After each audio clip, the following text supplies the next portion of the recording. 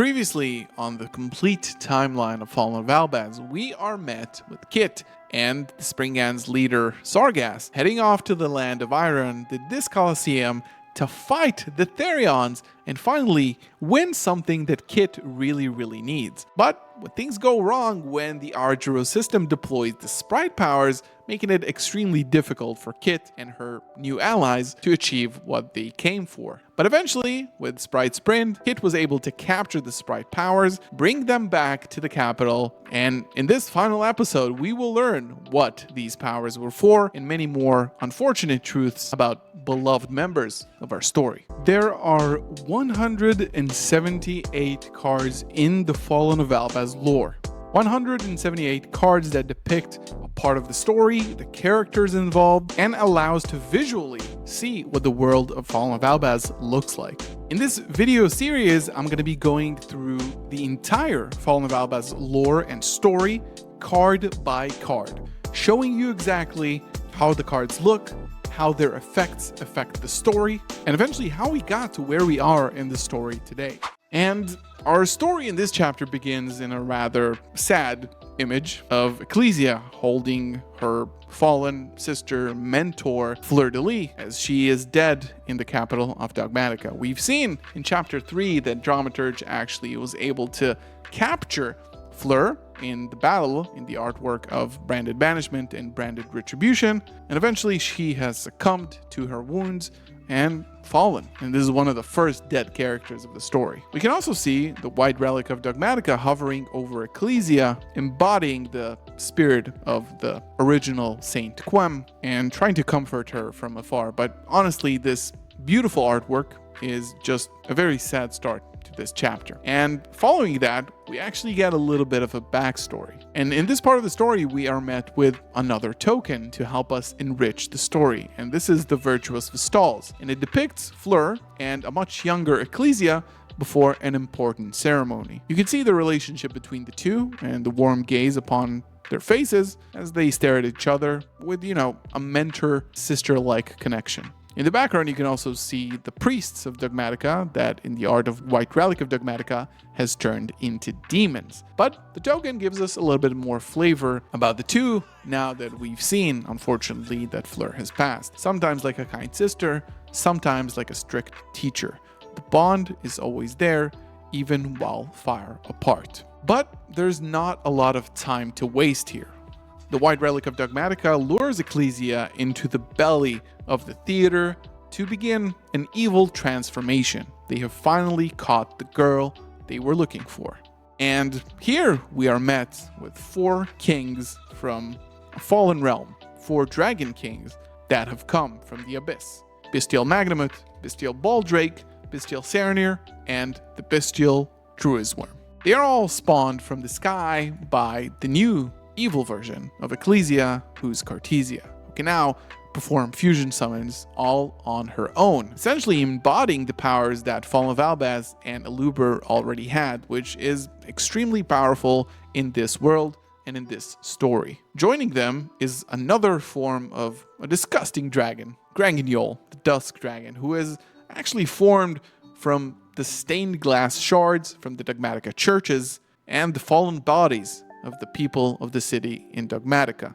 And this dragon can send any light or dark monster who's level 6 or higher from the deck or extra deck to the graveyard, and can also tag out to a Despia from the extra deck and Dogmatica from the deck, showing the duality of this dragon and this powerful magic that essentially connects the Dogmaticas to the Despias in 2 different sides of the story. And of course, in the art of Branded Regained, we can see amazing power that Ecclesia, or rather Cartesia, has over these Dragon Kings as she basically pets Druisworm. And another transformation is beginning in a few other places in our story. First, in the art of Branded Beast, which can, of course, tribute a Bestial to destroy a card, but in the art, we can see Aluber transforming into a new forms with horns on its head and some lightning strikes around it. And in the decisive battle of Golgonda, we can see Albaz has finally made his way into the capital after only in chapter 3 being expelled from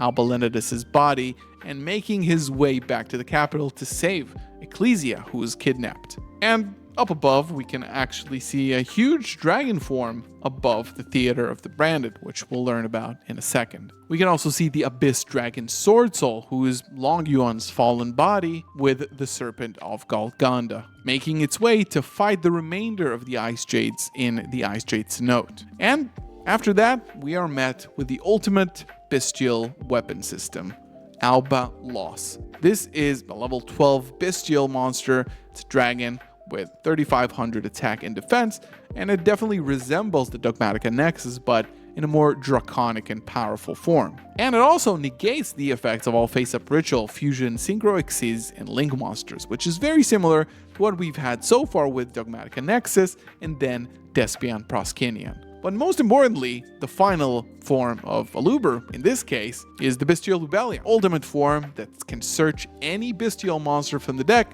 essentially allowing it to spawn bestials from the sky to help with this battle. And deep down in the Theater of the Branded, Maximus has put himself into a chamber, and Dogmatica Matrix, which is the last ritual of the Dogmaticas, is beginning, that we'll talk about in a second. Surprisingly enough, only in this part of the story are we officially met with Tri-Brigade Mercurier, who is finally handed to Albaz himself as he prepares for battle. And in the art of Tri-Brigade Showdown, we can finally see Albaz and his allies assembling outside of the capital to prepare for this final battle. And its effect explain how things will work. If a beast, beast warrior, or winged beast monster is special summoned to your field, you can target a banished Tri-Brigade and add it to your hand. After damage calculation, if your Tri-Brigade monster is battled an opponent's monster, you can return that opponent's monster to the hand. So essentially, again, a very lore-accurate battle spell. And while the ritual is complete, we are met with the ultimate form, the Dogmatica Albazoa. This is the end game of what Maximus has been trying to achieve. He has finally been able to turn himself into a god. And continuing with the theme of the bosses of the story, at least from the Dogmatica side, it makes all your Dogmatica monsters unaffected by Xyz, Synchro, Link, and Fusion monsters, and can send a whopping big number of cards from your opponent's extra deck to the graveyard by making your opponent choose and sending 2 cards from the extra deck for each card they have in their hand. While in the capital, we finally have the final form of Adrian for now, with Ice Jade Gamir Adrian, who is now the ultimate transformation of the young Adrian from the beginning of the story. And lest we forget, Ice Jade Manifestation, which shows us the final boss battle between the 3 bosses, Adrian, the Ice Jade Creation, and the Long Yuan fighting it out for control of the Cenote. And now we finally have a depiction of what Kit was trying to achieve. In the art of Springans Tally-Ho, we can see Springans champion Sargass, the new rank 8 Xyz monster upgrade to the Sargass normal, firing a lot of Springans missiles at an unknown target. And in the art of Gigantic Thundercross, we can finally see what the target was. It was the bestial Albaz. And you can also see the bestial Lubellion flying away from this exploding target. And the other shot that you see in this artwork, the blue and red lightning, was actually fired from the upgraded final version of Shrek. Tri-Brigade Arms Bicephalus II is the Tri-Brigade boss monster with the ultimate endgame weapon created by Kit, who is able to harness the powers of the sprites and bring it to the land of the Abyss. Combining the powers of the two, they are able to defeat the huge ultimate bestial weapon system, and we also get a nice sneak peek with the Tri-Brigade token, which just features a beautiful picture of the entire Tri-Brigade army with the text, "Ready, Aim." Just iconic. And while these 2 bosses are working hard at defeating the final boss, Kit has been working hard on creating a new vehicle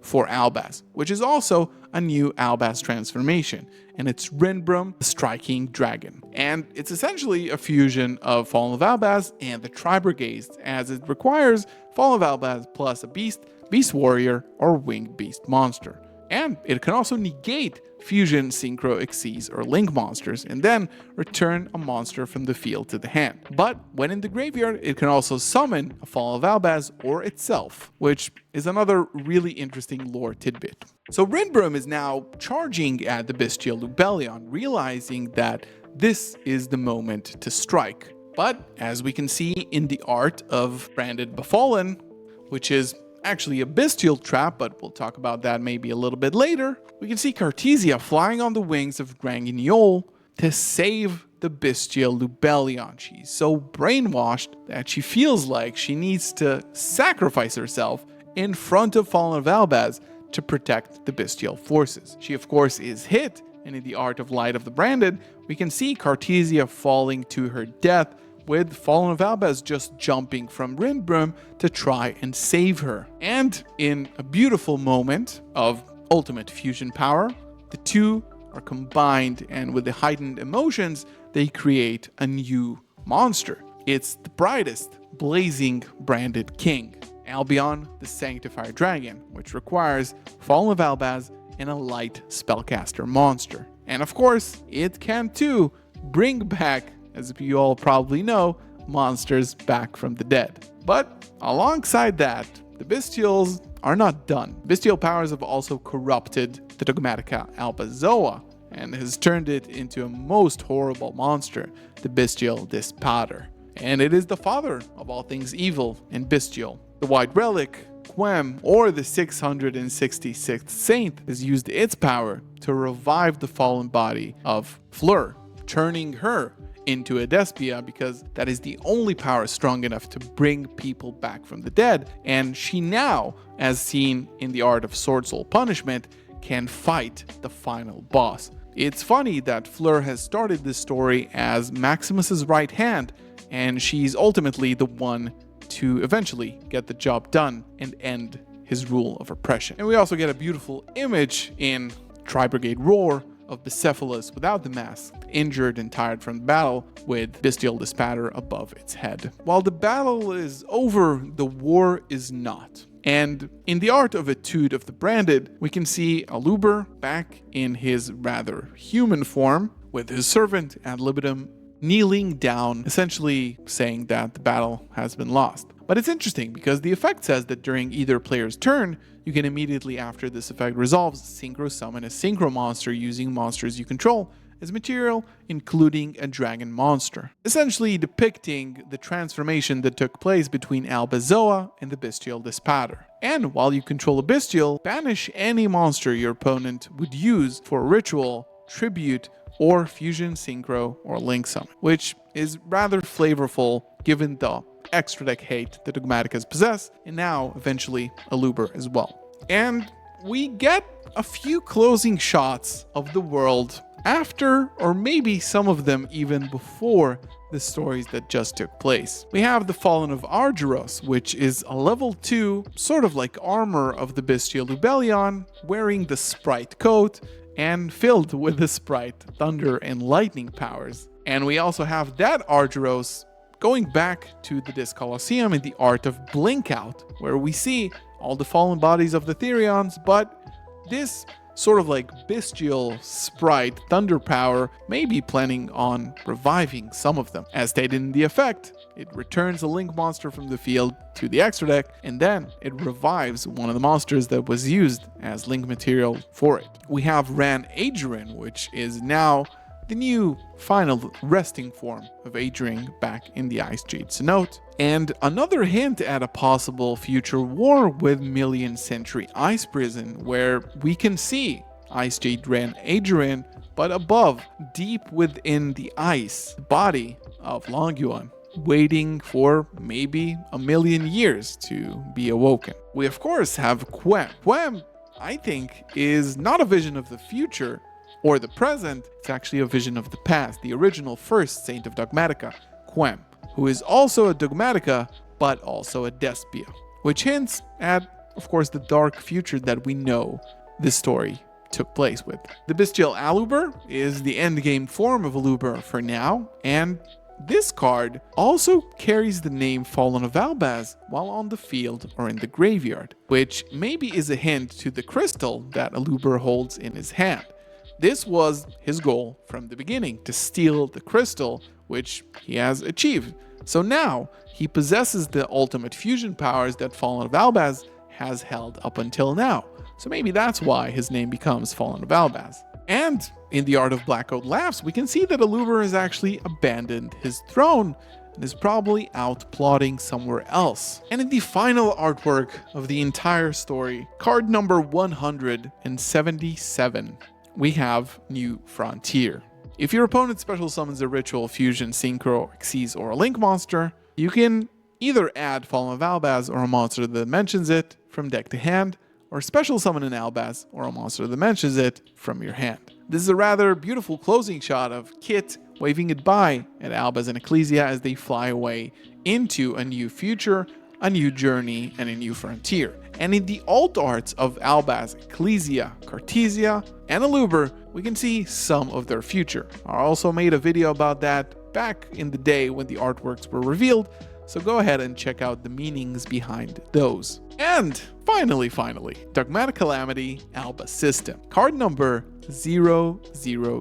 This card, we don't really know where it lands within the story. It could be way before as the ultimate dragon god, but it can also be an alternate ending to the story. It requires Fallen of Albaz and 6 monsters in your graveyard with different names, and it must be fusion summoned. It can attack all monsters your opponent controls once each, and it cannot declare an attack unless it sends a card from your extra deck to the graveyard as cost. Once per turn, if you control this fusion summon monster and you have 6 or more fusion monsters in your graveyard with different names that mention Fallen of Albaz, you can send all cards in both players' extra decks to the graveyard. So this kind of hints at being an endgame boss, right? If all of your fusion monsters that mention Fallen of Albaz are already dead, only then this card becomes really, really good. But I would like to hear your thoughts about that in the comments below. Thank you so much for taking a 5-chapter journey with me. And if you haven't watched the cinematic lore movie, it's only 15 minutes, go ahead and check that as well. Already at 250,000 views. Thank you so much for taking this journey with me. Subscribe, like, and I'll see you in the next one. Peace.